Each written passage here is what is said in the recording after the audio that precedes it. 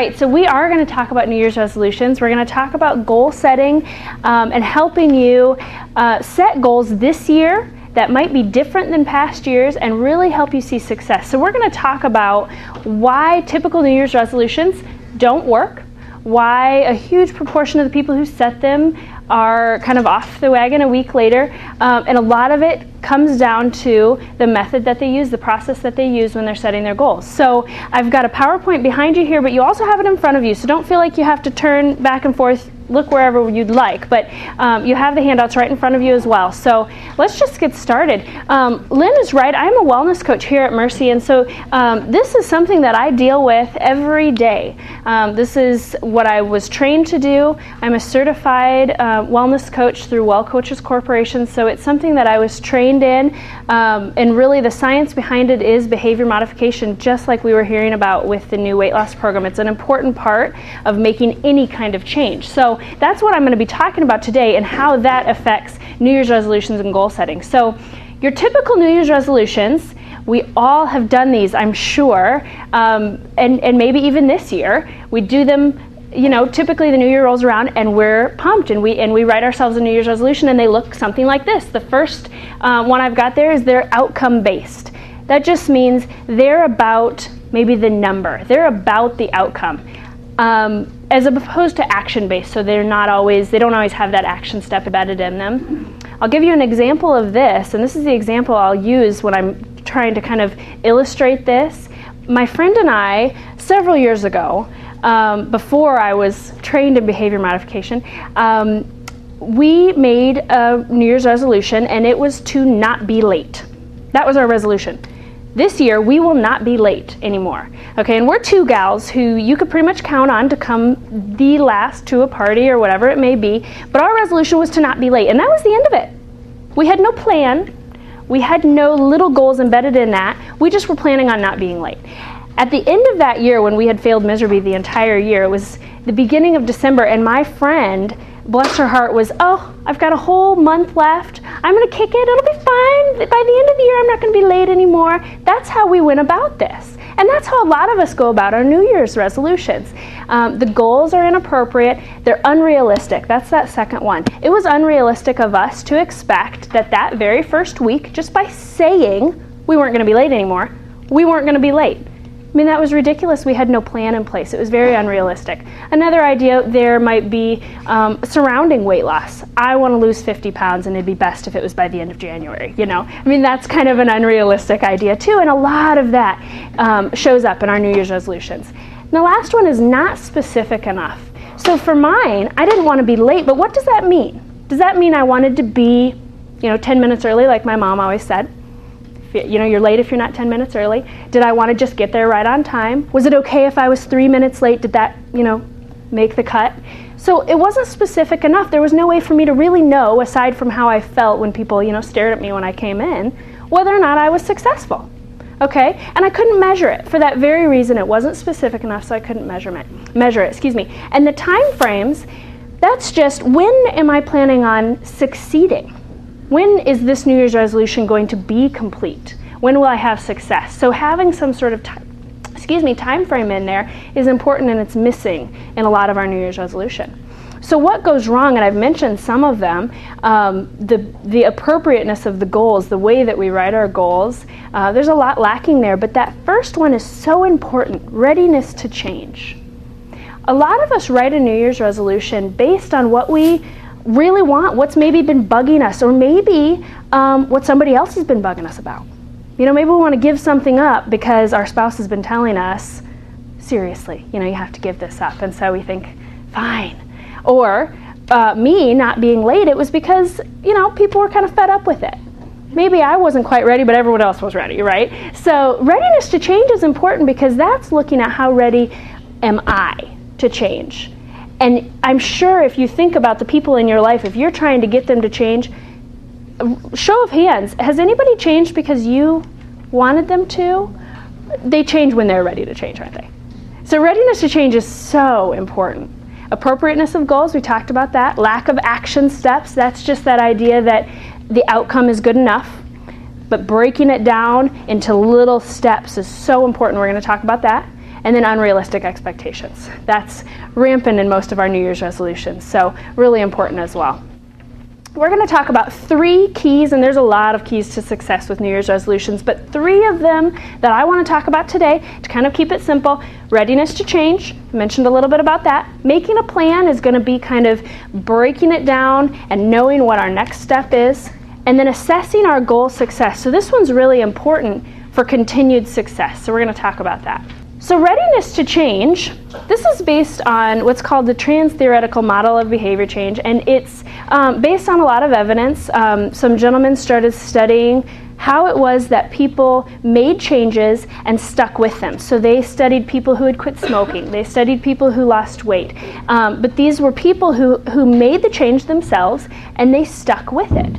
And so these doctors studied those people and came up with this theory of the way somebody goes through the process of change. And this is very well proven. It's very scientifically based, this process. And this is the process that I use when I'm working with my wellness coaching clients.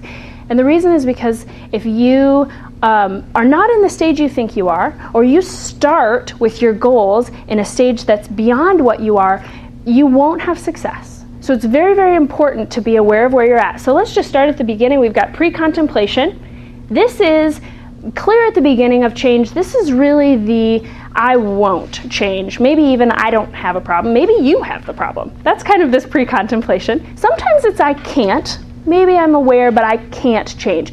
Either way, there's definitely no plan in place, no plans of changing anytime in the future. Contemplation is a little bit closer, so it's kind of I may change, maybe I can kind of see where there might be an issue, I might get there, but there's sometimes a lot of still I don't think I can accomplish it. Preparation is I will change, and I will soon, sometime in the next 6 months. I'm planning on it, so you can see how we're moving through this process. Action is I am changing now, okay? And maintenance is, I've been doing this for a while. So you can see how at each stage of these changes, the goals need to be different.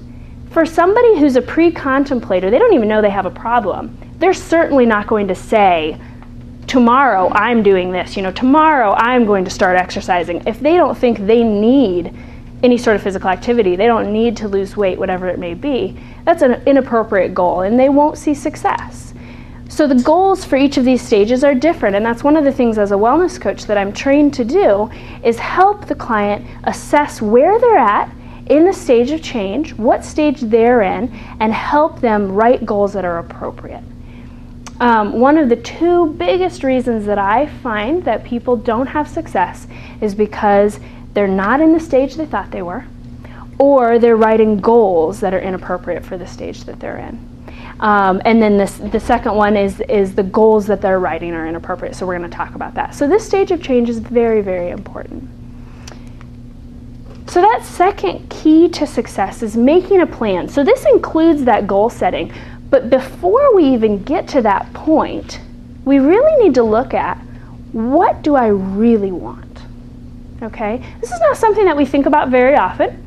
This is that idea of this vision I have for myself. If I look to the future and I can picture my ideal self, who does this very often? Anybody?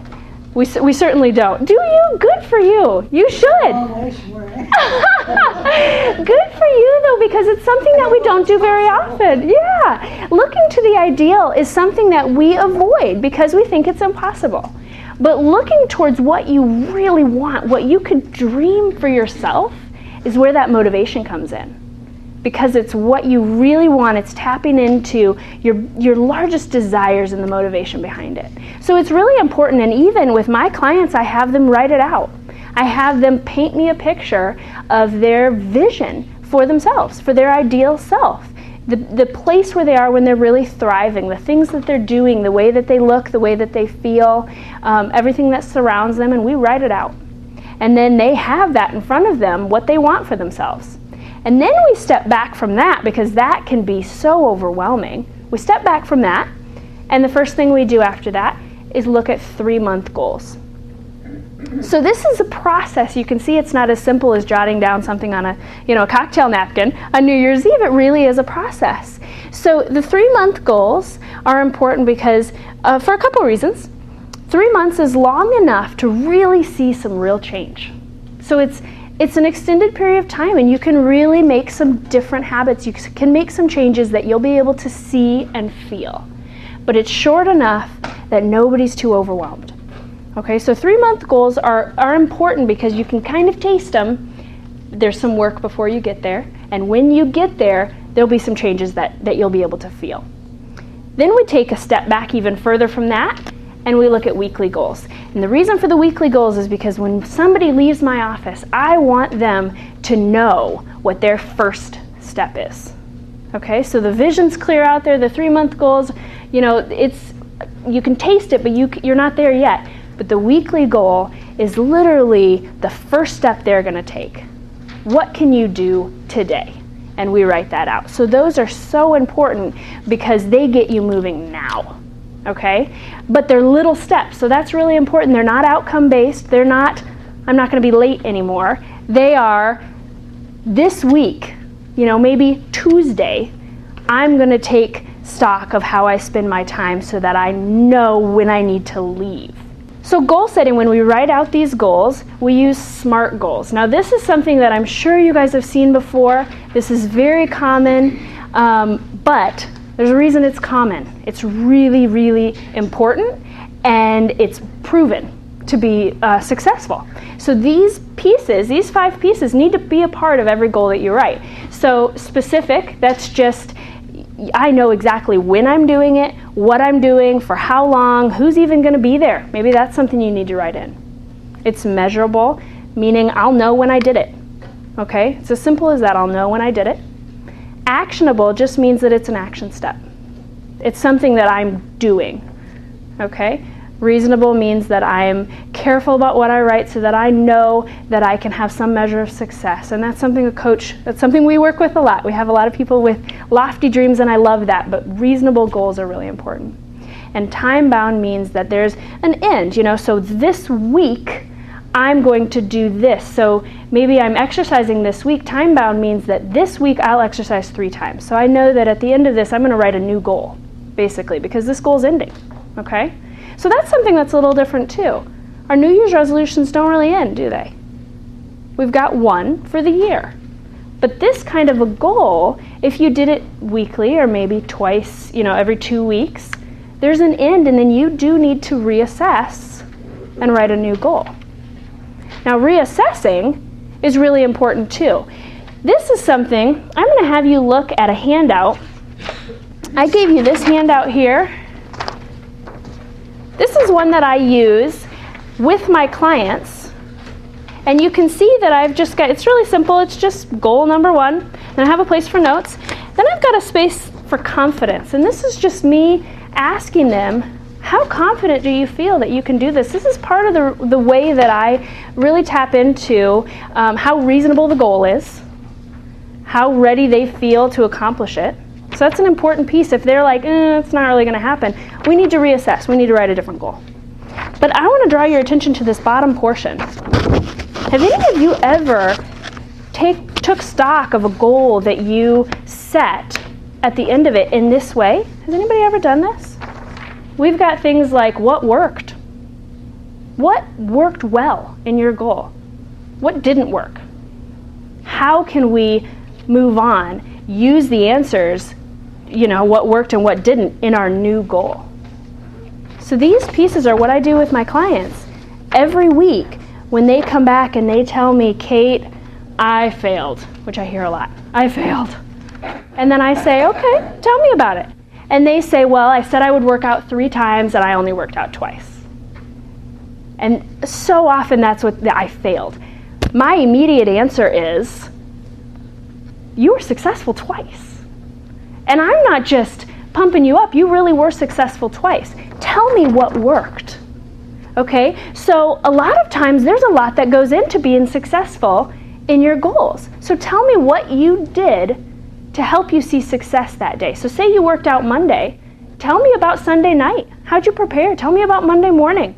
What was different? And a lot of times a lot of work went into place, but people are ready to ignore that and say, I failed. And what we really need to do is look at what worked, because we need to remember that for next week. Okay, obviously Sunday night, I need to set my shoes out. I need to have my lunch packed. Whatever it may be that helps you succeed, we need to draw our attention to that. Okay, so we reevaluate every goal in this way, and there's always some piece of success. There's always something that helped you see success that you can use in the goals for next week. So keeping in mind that the goals are not, I failed or I succeeded. There's a percentage of success. So if you meant to work out 3 times and you worked out twice, you were, 70% or, 66.6% successful. And there's truth there because you did something right, and we can use that. And the goals are not once and for all like a New Year's resolution. They are revolving. What we're going to do at the end is say, okay, you worked out twice of the 3 times, maybe you can increase that a little bit. Or maybe you feel comfortable, working out the same 3 times a week, but we're going to move forward, okay? So there's movement with these goals that are evolving. And every week we look at what worked and what didn't work, and we change our goals until we really tap into the right combination. Okay? Goals are not once and for all, and New Year's resolutions shouldn't be either. So really, really important. So the coaching process, these are all things that you probably recognize because we've been talking about this. This is the process that I use with my clients. And the coaching process is a process that's proven successful. There's evidence that shows that when you take a client through this process, they will see success, and that success will stick. So this coaching process is successful in that way, and it's because of the things that I've mentioned. In my session, I take somebody through their wellness vision, which is so important because it taps into what they really want. I assess their readiness to change, which is also so important, and I mentioned why that is. If you set a goal that's inappropriate to the readiness to change, to their stage of change, there'll be a problem. They won't make it much past that. So that's important. And then we do 3-month goals and weekly goals just like I talked you through, and we do that every week. The entire time, I'm using something called appreciative inquiry. And that's just this process of communication where I focus on what's really working. And it sounds fluffy. It is focusing on the positive, but the reason for that is because there's a lot of data that says that when you focus on what works and you capitalize on that, it will work. So where there's success, there can be more success. And focusing on what didn't work last time, it's not going to help a whole lot. It's not going to help looking towards the future, but focusing on what did work, that's where we can see, capitalize on that and use that in the future. So some helpful hints. The first one is, if I can just give you my personal opinion here, schedule everything and be very specific, okay? So if we're looking at being more active, I'll just tell you for my physical activity, I write it in my calendar just like a meeting or my dentist appointment. I really do have it in there just like anything else, and then if I don't do it, I have to go back and erase it, which I hate doing. So it's in there just like anything else, and I know that I'll be done working at this time and I need this much travel time, and so it's in there at that time of day because I've planned it out. So really important there. Take advantage of your social support. So do you have somebody, this is more than just a workout buddy, this is really, do you have people in your lives that you can tell about your goal? And this could be anything. It doesn't have to be weight loss. It could be about stress. It could be about time management. Anything like that. Is there somebody that you can tell about your goal and they'll support you? And they won't tempt you. So sometimes we have people, and they're supposed to be helping us, but they're the people who have the brownie and they're like, come on, you want one? You know you do. I made them. Well, that's not helpful. That's not helpful for anyone. And those aren't the kind of people that you want to surround yourself with when you're trying to make a change. So do you have people who instead of that will say, you don't want that. I know you don't because you told me yesterday. When somebody does that to me, I love it because I can say, you're totally right. I'm so glad you're here. I would have, indulged. But you're the person I told and you're helping me. Okay? Accountability partners, that same kind of thing. Somebody who knows what you plan to do and can call you out and say, you know, you said you'd do it. Why didn't you? Somebody that you can talk it out with and they'll expect something of you. This person needs to be somebody that you respect. Okay? Somebody that you respect their opinion. That's a really important part. If you don't respect their opinion, you won't care whether they're trying to hold you to it. So, an important piece. Making use of resources. So this resource, where you're at even today, shows me that you are taking some interest in your health. You're taking responsibility for your health because you sought out a presentation on a health topic. You knew that we'd serve healthy food and we'd talk about health. Okay? So you're taking some responsibility, which is impressive, a very good even first step. And there are a lot of resources just like this one that you can seek out and use and make use of those. I've got several things listed here. The first one is a book specifically about behavior change. So it's a very good book written by the people who really came up with this theory of behavior change. And it takes you through how somebody is to make a change and to make it stick. Very, very good book. I recommend that. Corporate wellness is the department that I work for, and we have a lot to offer, the greatest being wellness coaching. So wellness coaches are, the wellness coaches at Mercy are certified through a national corporation in partnership with the American College of Sports Medicine. So we really are trained in the kind of the gold standard of certifications. So if you're looking for somebody that you can trust to be well trained and well educated, you can go to Mercy, which is what you always want when you go to Mercy. So you can feel confident there, and then we'll take you through the process that I've been talking about today. And it is a very successful process. The Mercy Fitness Center has a lot to offer. I gave you several brochures. One of them was the wellness coaching. It tells you what it is, and the prices are on the back, and Mercy employees get half off the wellness coaching packages, so something to think about. The Fitness Center, I also gave you brochures for that. They have several different things going. They're a fantastic facility because they're medically based. Anybody can feel confident that they can come and exercise there, and everybody who works there is trained medically to know what your needs are and to be able to handle it. So everybody has a bachelor's or a master's degree in an exercise science, and it's a Mercy Fitness Center, so you can feel confident there. They have a program going called AMPed, which is a active metabolic training, and it's kind of a body shaping program. You've heard of Farrell's. It's similar to that, only much better, of course, as everything is at Mercy. It's a program that has metabolic testing a part of it, and it's 10 weeks, and it's a fantastic program with the results to prove it. Everybody, 100% of the people who've gone through the program completed the program, have lost weight. So that's a fantastic, and lost inches and gotten stronger, all of that. So it's a fantastic program.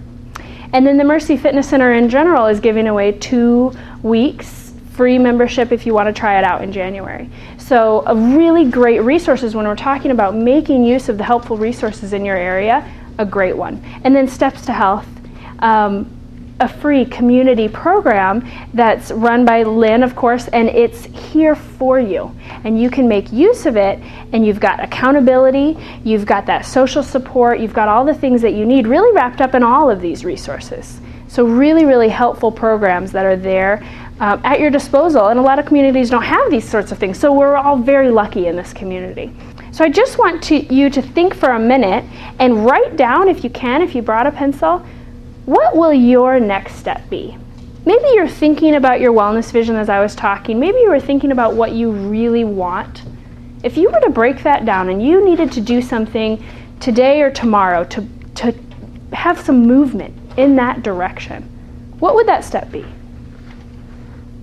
And maybe you can write it down. Some of these steps will be planning steps, because maybe you're in that planning stage. Maybe you're in that I will soon kind of stage, and this might be I'll do a little research. Maybe it's I'll brainstorm options. Maybe it's that kind of a goal. But something that maybe you can write down and you can take some action. So thank you all for your attention.